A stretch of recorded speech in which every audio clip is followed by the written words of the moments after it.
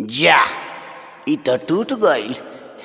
पुत्र गणेश जी पिताश्री। एकरा के साइड में धो दो ना तो तहर मम्मी देखी है तो खिसियाए लगी है। हम दोसर लेके आवतनी।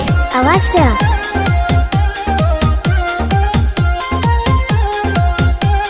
पुत्र गणेश जी माते। तहार पिताश्री कहाँ बड़े?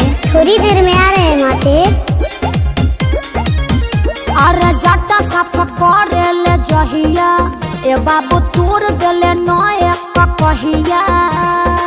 अरे हम तो परेशान हो गइल बानी इनका से।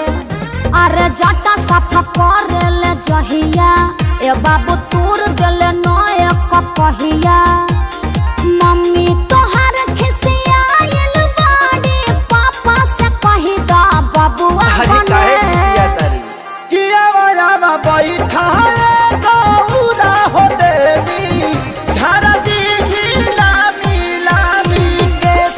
किया वाला बैठा गौरा हो देवी झारा दी लामी लामी केस। ई सब नाशा करावता। नासा छोड़ दीजिए पिताश्री।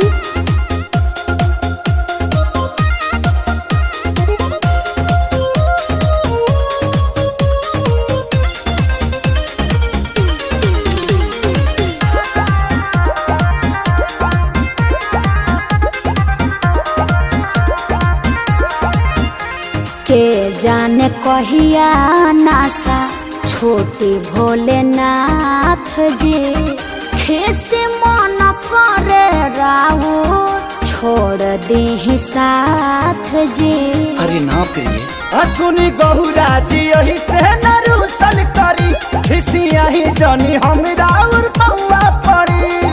उल्टा सीधा काम सरौआ घरवा में होता बाटे रोजे कलेश। किया वाला बैठा गहुरा हो देवी झारा दी लामी लामी केस।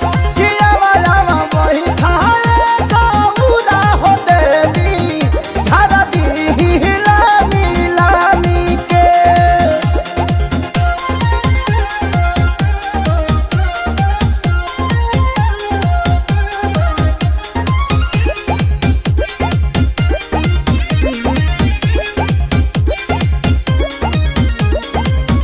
लाटा भैल जाटा रौरा आवे ना नजर जी। साल भर में सावन महीना नहाने देव घर जी। तो एगो को कही टूटल ताना मारेलू हो कबो कहलो